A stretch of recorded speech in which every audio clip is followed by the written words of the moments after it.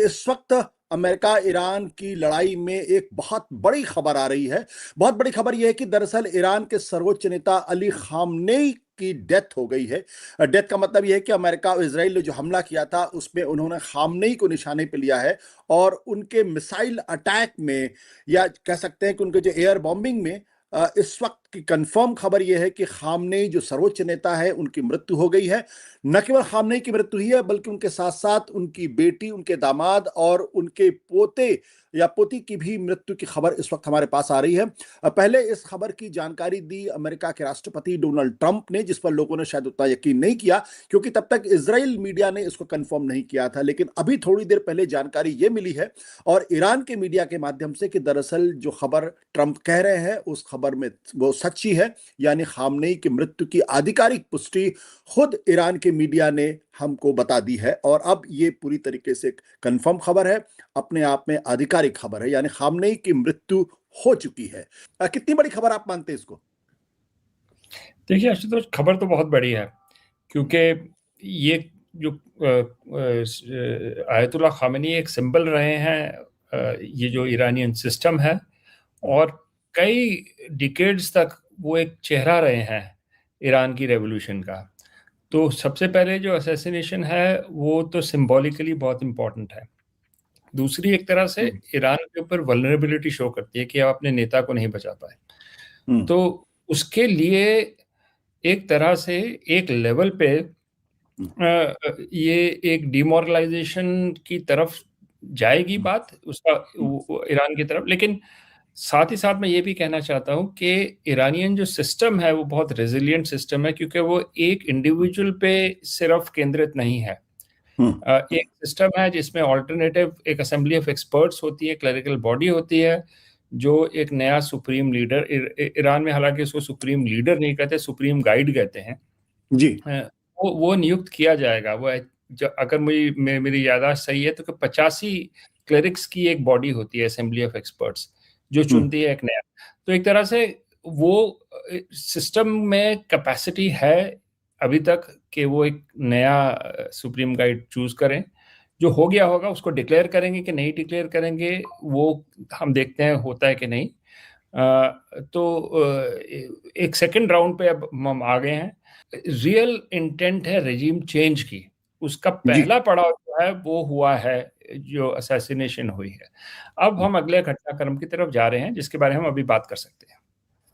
But Atul, एक बात मुझे बताइए कि खामनेई, ये बात सबको पता थी कि अमेरिका अटैक करेगा, तैयारी लगातार चल रही थी उसके बारे में, उसके बाद भी ईरान खामनेई को नहीं बचा पाया। ये क्या दर्शाता है? इसका मतलब इतनी पिन पॉइंटेड इंटेलिजेंस रिपोर्ट थी, एग्जैक्ट रिपोर्ट थी, न केवल खामनेई बल्कि उनकी बेटी, उनके दामाद, उनके पोते पोती की भी मृत्यु हो गई है। तो इतनी इतनी क्या ये माना जाए कि रिवोल्यूशनरी गार्ड में या कहीं कुछ तो दरार होगी, तभी तो इतनी इतनी पक्की इंफॉर्मेशन उनके पास थी?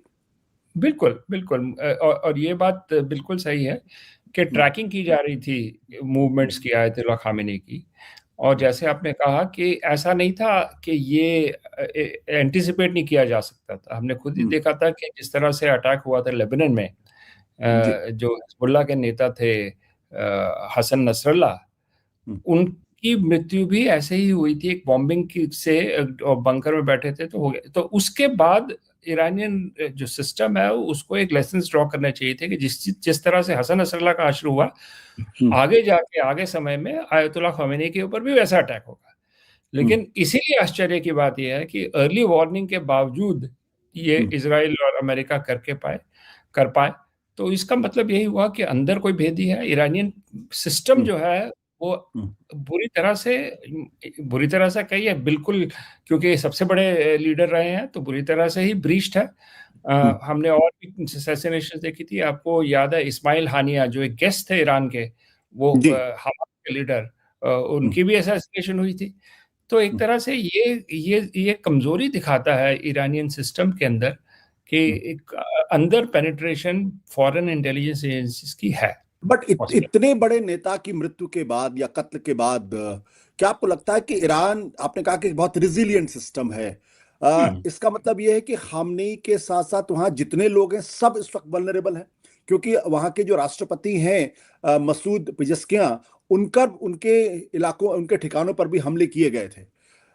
और ऐसे में जब उनका सर्वोच्च नेता की मृत्यु हो जाए तो पूरे ईरान में इस वक्त डिमोरलाइजेशन होगा। उनकी जो आर्मी है, जिनका जो रिवोल्यूशनरी गार्ड है, उसमें बहुत डिमोरलाइजेशन होगा।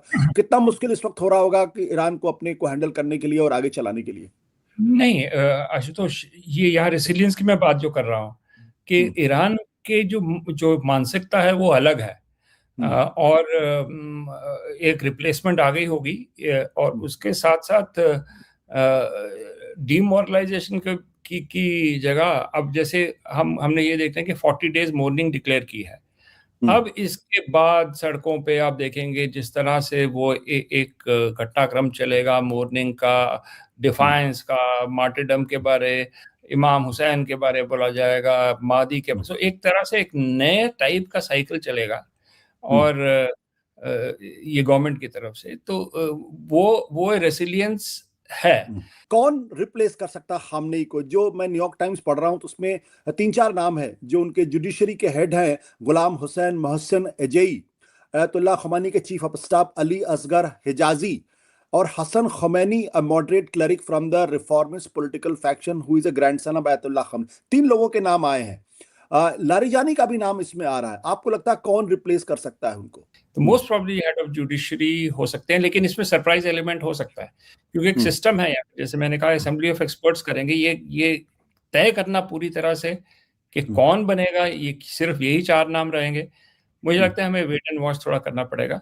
लेकिन जरूर इस जो जो इस टाइम में माहौल है ईरान के ऊपर, तो जिसको कहते हैं कोई हार्ड लाइनर, मुझे लगता है रिप्लेसमेंट भी कोई so called quote unquote hardliner ही करेगा। जो जो रिफॉर्मिस्ट कैंप था उससे मुझे नहीं लगता कि ये मूड से अलाइन करेगा। ये आज अभी जो एक ट्रेजिडी का, मातम का जो जिस तरह से एटमोसफेयर है और बदले की जो भावना आएगी सड़कों पे, हार्डलाइनर इसको आगे सिंबलाइज करेगा, कैरी फॉरवर्ड करेगा। देखिए, ये खबर तो बहुत बड़ी खबर है। और ये लोगों को इस बार जब इन्होंने स्ट्राइक किया ईरान पे, तो एक था कि जो वो लीडरशिप को टारगेट कर रहे हैं। और कल पहला दिन ही लोगों से मेरी बात जब हो रही थी बाहर के लोगों से, तो बोल रहे थे कि शायद खमेनी अटैक पे आ गए हैं। और वो सही निकला। और उनका यही टारगेट था। कल आप देखिए इजरायली स्टेटमेंट और चाहे प्रेसिडेंट ट्रम्प का स्टेटमेंट हो, सारे स्टेटमेंट उन्होंने रेजीम चेंज की ही बात की। तो ये टारगेट था, रेजीम तो टारगेट था। लेकिन क्या इसके बाद क्या ये रेजीम, क्या खमेनी एक गद्दाफी है, और क्या ये सद्दाम हुसैन है, क्या ये फिर असाद है सीरिया के, कि एक इंडिविजुअल के चले जाने के बाद पूरा सिस्टम कोलैप्स कर जाएगा और ईरान एकदम क्योटिक हो जाएगा। ईरान ने जब 1979 के रेवोल्यूशन के बाद एक सिस्टम बनाया। उन लोगों ने सोचा कि कैसे ये जो बराबर हमें एक नए सिस्टम झेलना पड़ता है, रेजिम चेंज के बाद को नए लोगों को ढूंढने में मुश्किल होती है। तो उन्होंने एक सिस्टम बनाया और बड़ा रेजिलियंट सिस्टम बनाया, जो अब ये पहली दफा वो सिस्टम रियल टेस्ट पे है कि क्या जो उन्होंने 47-48 साल पहले जो सिस्टम बनाया, क्या इस क्राइसिस को, मॉडर्न ईरान के इस क्राइसिस को, बिगेस्ट क्राइसिस को झेल सकता है। Khamenei is not an individual. वो सिस्टम पूरा जो ईरान का सिस्टम है एक आइडियोलॉजिकल सिस्टम है। आप देखिए गाजा में हमास पे इतना अटैक हुआ, लेकिन क्या हमास एलिमिनेट हुआ? एक आइडियोलॉजिकल पावर, एक डिफरेंट वे में काम करते हैं। वो सस्टेन कर इतना बड़ा 2 साल अटैक झेला हमास ने, तो भी हमास के सारे लोगों को इन्होंने खत्म नहीं कर पाए। और अभी भी अटैक जारी है।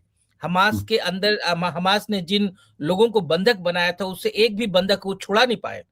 तो आप समझिए कि इनका सिस्टम, ऑफ कोर्स ये वल्नरेबल अभी जरूर है, क्योंकि एक modern weapon system, modern intelligence, modern defence system के खिलाफ ये लड़ाई लड़ रहे हैं। और अमेरिका, इजराइल जो दुनिया में सारे जितने भी लेटेस्ट टेक्नोलॉजी है डिफेंस के, उसका इस्तेमाल करके ईरान जो पिछले 3 दशक से झेल रहा है ये सैंक्शन, उससे लड़ाई कर रहा है। तो आप समझिए कि वो तो ऑफ कोर्स वल्नरेबल है, कमजोर है इन लोगों के सामने। लेकिन क्या अब इस क्राइसिस से ईरान निकल पाएगा? मुझे नहीं लगता कि अभी सारा सिस्टम कोलैप्स हो जाएगा। ईरान ने 40 दिन का शोक की भी घोषणा की है, और लोग आप देखिए स्ट्रीट पे क्या प्रभाव आता है, इसको भी देखने वाली बात है। और ईरान एक सॉवरेन कंट्री है, ईरान का अपना एक सिविलाइजेशनल प्राइड है। वो कभी नहीं चाहेगा कि जो उसका लीडर हो वो अमेरिका का पिछलग्गू हो।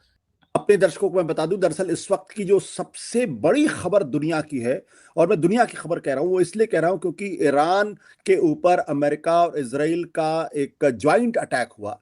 और देर रात तक बल्कि ये इस बात को लेकर स्पेकुलेशन लगाया जा रहा था, अटकलें लगाई जा रही थी कि खबर ये पहले ही आई थी कि उनके रक्षा मंत्री की शायद मृत्यु हो गई है, लेकिन कहीं कोई कंफर्मेशन नहीं थी। ये भी खबर आ रही थी कि कहीं उन्होंने खामनेई का जो ठिकाना है उस पर भी अटैक किया, जो उनके सर्वोच्च नेता है उनके ऊपर, जो वहाँ के राष्ट्रपति हैं पेजेश्कियां, उनके ऊपर भी, उनके ठिकानों पर भी हमला किया गया था देर रात। लगभग कह सकते हैं कि आज की सुबह, बहुत तड़के सुबह, जब ट्रंप ने यह ऐलान किया कि दरअसल अमेरिका के सर्वोच्च नेता खामनेई का कत्ल हो गया है, यानी उनको मार दिया गया है, तब भी लोगों को यकीन नहीं था। लेकिन थोड़ी देर पहले ईरान के मीडिया ने इस बारे में कंफर्म किया है कि खामनेई की मौत हो गई है। न केवल खामनेई की मौत हुई है, सर्वोच्च नेता की मौत हुई है, बल्कि उनकी बेटी, उनके दामाद और उनके पोते पोती की भी मौत हुई है।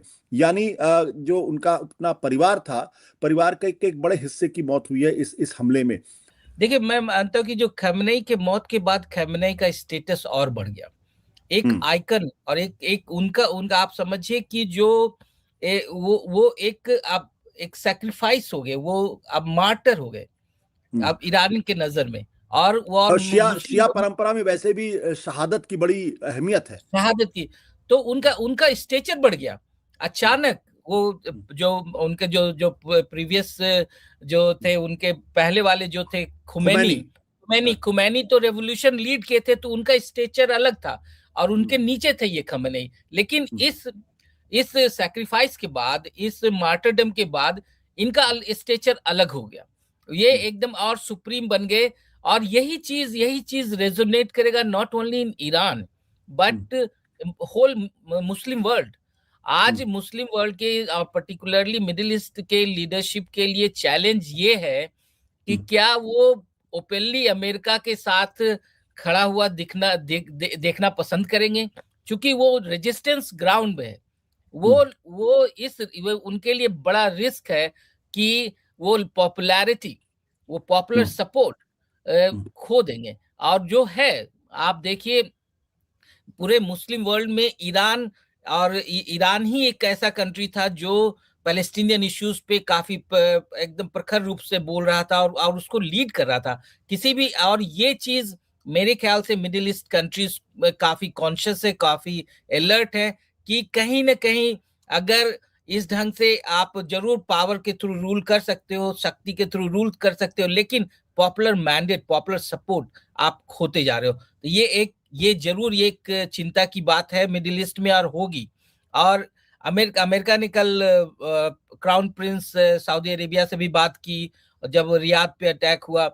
तो ये मैसेजिंग गलत है। अगर रियाद एक स्टैंड लेता है कि ईरान पे जो हुआ सही हुआ, तो वो उसके लिए मेरे ख्याल से वो काफी नुकसानदायक होगा उसके लीडरशिप के लिए। और जो सऊदी अरेबिया जो क्लेम करता है कि इस्लामिक वर्ल्ड का वो लीडर है, तो वो उसके लिए काफी दिक्कत वाली बात होगी। और भी स्ट्रॉन्ग रिएक्शंस आएंगे मिडिल ईस्ट से, क्योंकि सारे लोग वहां पे वल्नरेबल हैं। आज अगर ईरान के साथ ऐसा हो सकता है, तो दूसरे कंट्रीज के साथ भी वहां पे ऐसा हो सकता है, और वो कंट्रीज को स्टैंड लेना पड़ेगा, क्योंकि वो अपना पॉपुलर मैंडेट और पॉपुलर सपोर्ट जो स्ट्रीट से आता है वो खोने का डर है उनको।